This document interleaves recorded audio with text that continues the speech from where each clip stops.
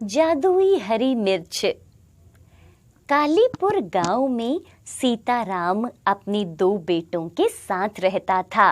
वह एक अमीर किसान था। उसके पास बहुत सी जमीन थी। उसकी पत्नी को गुजरे कई साल हो चुके थे और उसने दूसरी शादी भी नहीं की थी। अब उसके दोनों बेटे मनोज और सरोज जवान हो गए थे, इसलिए वो उनकी शादी करना चाहता था। मनोज बड़ा था और उसने स्वयं अपने लिए लड़की भी ढूंढ ली थी, पर सरोज एक पैर से अपंग, इसलिए सीताराम को उसकी शादी की चिंता लगी रहती थी। मनोज, तूने अपने लिए तो लड़की ढूंढ ली, अगले महीने तेरी शादी भी हो जाएगी, पर तेरे छोटे भाई सरोज का क्या होगा? मैं क्या बताऊं पिताजी, इसके एक पैर से अपंग होने के कारण लोग इसकी तरफ देखते तक नहीं हैं। ऊपर से ये सीधा बहुत है। हाँ, यही तो बात है। अब इसका भाग्य भगवान भरोसे ही है। ये बातें सरोज सुन रहा होता है।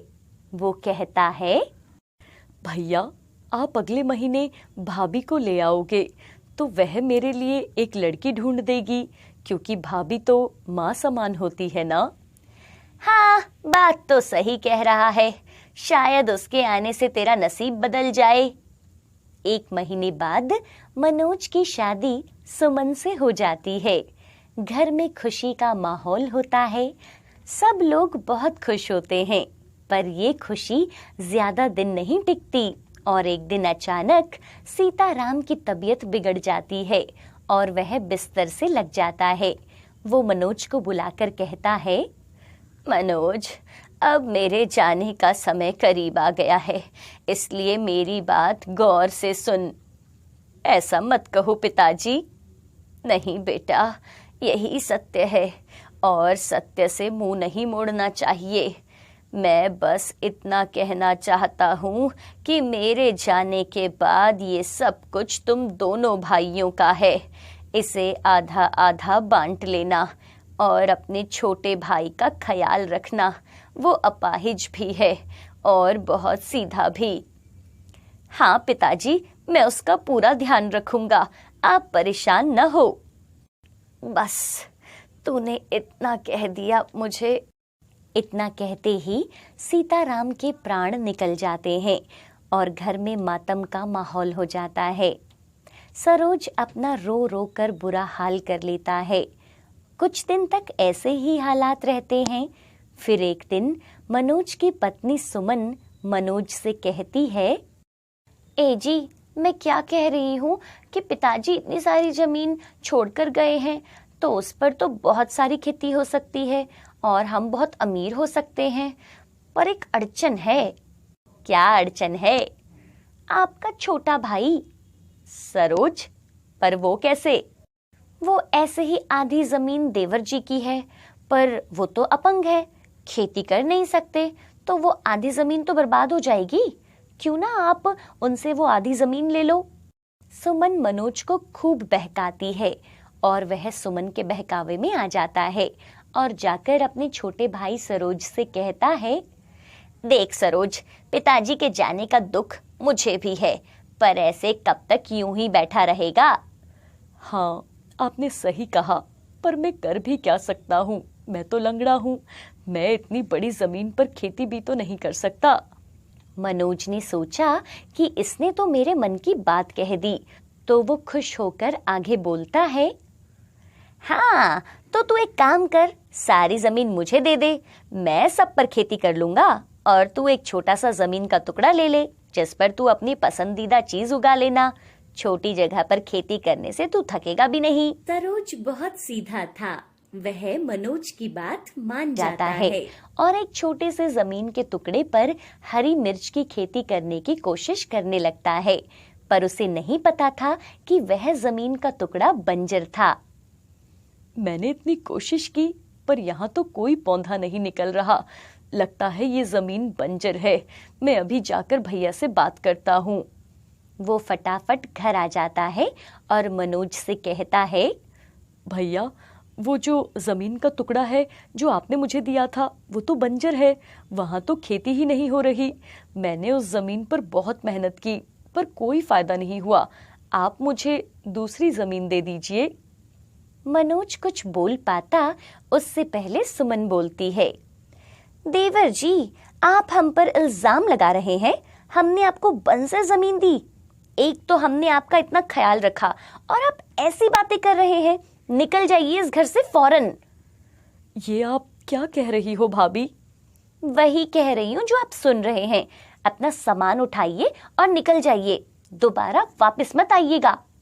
सरोज अपना सामान लेकर वहां से रोता हुआ निकल जाता है, पर मनोज कुछ भी नहीं बोलता।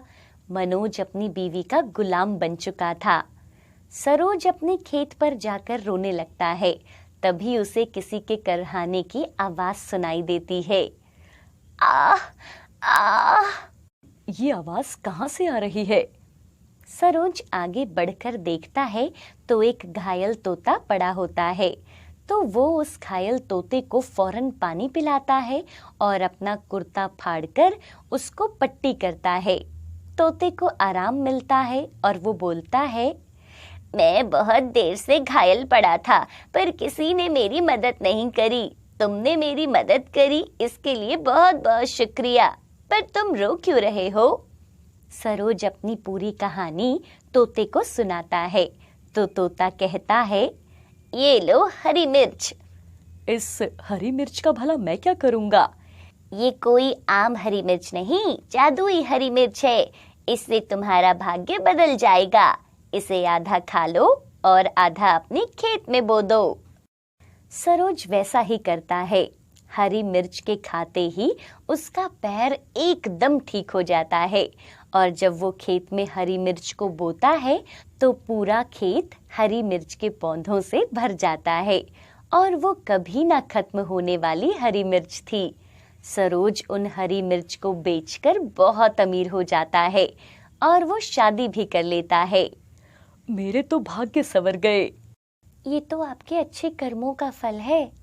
पर उधर मनोज की फसल लगातार कई साल तक बर्बाद होती रहती है और वो पूरा कंगाल हो जाता है। ए जी, आप ऐसा क्या डालते हैं खेतों में कि फसल बर्बाद हो जाती है हर साल? मैं क्या डालता हूँ पूछ रही हो? ये सब तुम्हारी वजह से हुआ है। ना तुमने सरोज के साथ धोखेबाजी की होती ना ऐसा होता। मैं भी पागल था जो तुम्हारी बात मान ली। अब चलो उसके पैरों में पड़कर माफी मांग लें, वरना हम तबाह हो जाएंगे। मनोज और सुमन सरोज के घर जाते हैं और उनसे माफी मांगते हैं। सरोज, मुझे माफ कर दो। 2 महीने तुम्हारे साथ बहुत बुरा किया। नहीं, असल में तो बुरा मैंने किया है। मैंने लालच में आकर तुम्हें घर से निकाल दिया। मुझे माफ कर दो देवर जी। नहीं नहीं भैया भाभी, आप लोग कैसी बातें कर रहे हो?